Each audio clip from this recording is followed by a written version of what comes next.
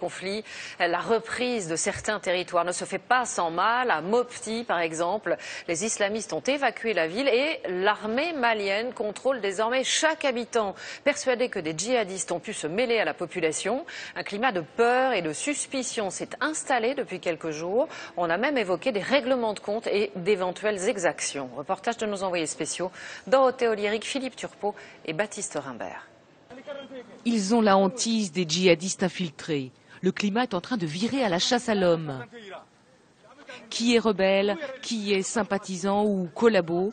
Les contrôles se multiplient ici, à proximité de la ligne de démarcation entre le nord islamiste et le sud, contrôlé par les autorités maliennes. Gare à ceux qui portent le turban comme les Touaregs, ou la barbe comme les islamistes. Ils sont repérés, dénoncés. La terreur est telle qu'on ne fait plus confiance à personne. Nous aussi avant, on portait parfois la barbe. Mais on l'a rasée car on ne veut pas qu'on nous prenne pour des islamistes du Nord. Maintenant, tout le monde fait l'amalgame. Turban plus barbe égale terroriste. Nous avons très peur. La France doit absolument rester jusqu'à la libération de ce pays, jusqu'à la fin de cette guerre. Parmi les craintes, celle de voir se multiplier les règlements de compte.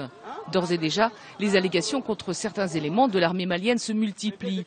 Ils auraient arrêté et fusillé des islamistes. Le commandement dément, mais quand on parle aux hommes de la troupe, le ton est différent. Avec les rebelles, il y a la vengeance, hein. Il y en a. Dans ce quartier de Sévaré, un massacre aurait eu lieu.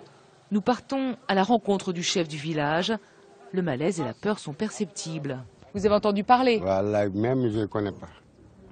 Si elle est morte, je ne connais pas. Si elle n'est pas morte, je ne connais pas. Je reste dans mon maison. Si des cas d'exaction sont avérés, le chef d'état-major malien des opérations que je viens de rencontrer m'a affirmé qu'il y aurait une enquête, un procès et que ces crimes ne resteraient pas impunis.